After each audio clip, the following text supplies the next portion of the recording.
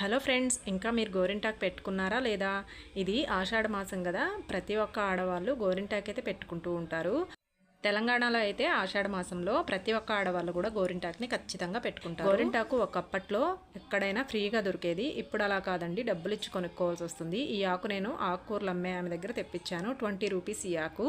ఈ ఆకుని నీట్గా కడిగి మిక్సీ జార్లోకి తీసుకొని కచ్చా పచ్చాగా నలిగేంత వరకు గ్రైండ్ చేసుకోవాలి. ఇప్పుడు ఇందులోకి చిన్న ముక్క ఒక్కని వేసుకోండి. అలాగే కొద్దిగా మజ్జిగని పోసుకుంటూ మెత్తగా గ్రైండ్ చేసి తీసుకోవాలి.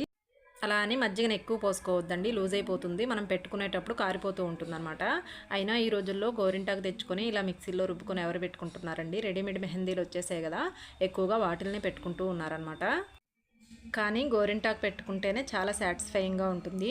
ఎక్కువ మంది గోరింటాకు నూరేటప్పుడు అందులో లెమన్ వేస్తున్నారండి. అలా కాకుండా ఇలా ఒక్క మజ్జిగతో ట్రై చేయండి, చాలా బాగా ఎర్రగా పండుతుంది. వీడియో నచ్చితే ఒక లైక్ చేసి షేర్ చేయండి, ఛానల్ని సబ్స్క్రైబ్ చేసుకోండి.